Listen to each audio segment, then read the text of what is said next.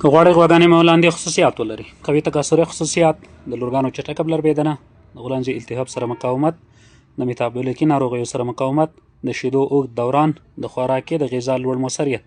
د پکتیکا ولایت مرکز د سرې د کلي د محترم حاجي صاحب خاندین غوا ته موږ د لر سپین غر مالداري شرکت د کوپیکس مونبیلیار د 1 ملیون غوایي تخمې ستنې څخه زیږېدلی ښځینه بچی عمر 3 ورځې. که تاسو هم غواړئ دا نسلونه ولرئ نو په پکتیکا مرکز او ټولو ولسوالیو کې له کینات حیواني او زراعتي خدمتونو څخه ترلاسه کولی شئ. د محترم حاجي صاحب خاندین غواو ته موږ له 4 کلونو راهیسې د لر سپین غر مالداري شرکت القاوي کوو. حاجي صاحب محترم، د نسلونو او نتیجې په اړه یې که راته ووایاستئ، د شیدو او غوښې تولید او وده یې څنګه وي؟ نسل یم ښه نسل ده، شیدو کې هم صحیح، په غوښه کې هم تولید صحیح، دمه د خوسکۍ غوښه ډېره اخلي او په خوسکۍ قیامت نه. ډېره مهرباني.